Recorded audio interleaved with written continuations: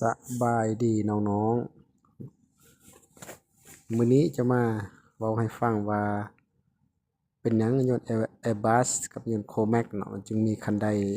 อยู่นอกเนาะเป็นหยังจึงมีคันไดอยู่คันไดเข้าไปใส่เนาะคันไดแบบนี้เนาะนี่นี่เนาะก็เพราะว่ายนต์ Comac และยนต์ Airbus เป็นยนต์สูงเนาะ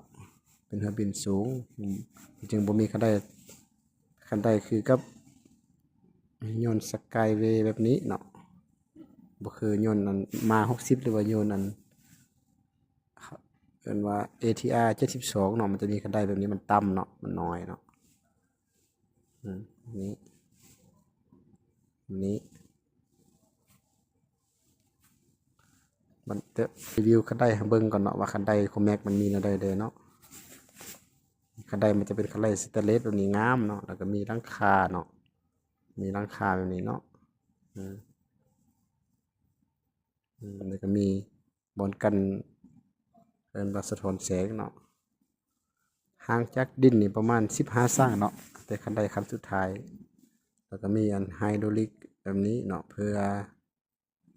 ป้องกันนั้นการถลายของคันไดเนาะแล้วก็มีตีนเคลื่อนไปเนาะแบบนี้แล้วก็มีแท่งโซลาร์เซลล์เพื่อใส่ไฟในตัวของมันเองเนาะมันจะบ่ได้ใช้ไฟฟ้าเนาะมันจะอาศัยแท่งโซลาร์เซลล์ในการควบคุมทุกอย่างเนาะเกี่ยวกับไฮดรอลิกอยู่ในคันไดตัวนี้เนาะแล้วก็มีเครื่องไม้สะท้อนแสงเนาะเพื่อกันอันตราย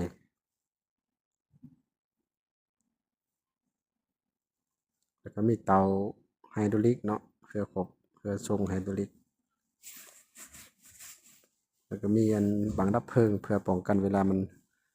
บินเกิดอุบัติเหตุไฟไหม้ไฟหยังเนาะสามารถดับเพลิงตัวนี้เนาะในการแก้ไขปัญหา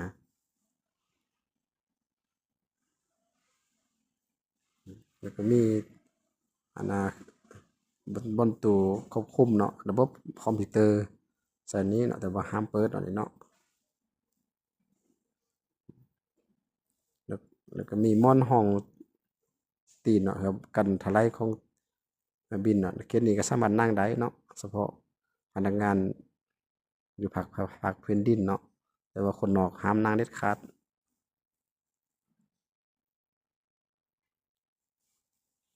มีบอนปรับเนาะมีบอนปรับอันน่ะ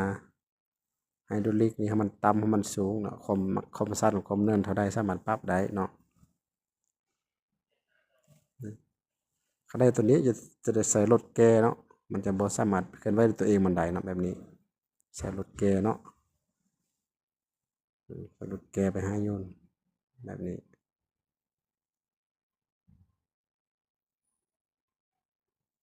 ใส่รถแก่ไปหาเครื่องบินเนาะนี่ไปฮอดไกลสิฮอดโยนเนาะต้องได้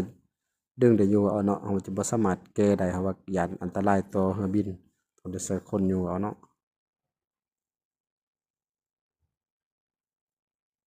ขอบใจน้องๆคันมักแล้วกดไลค์กดแชร์กดติดตามให้หน่อยเด้อขอบใจ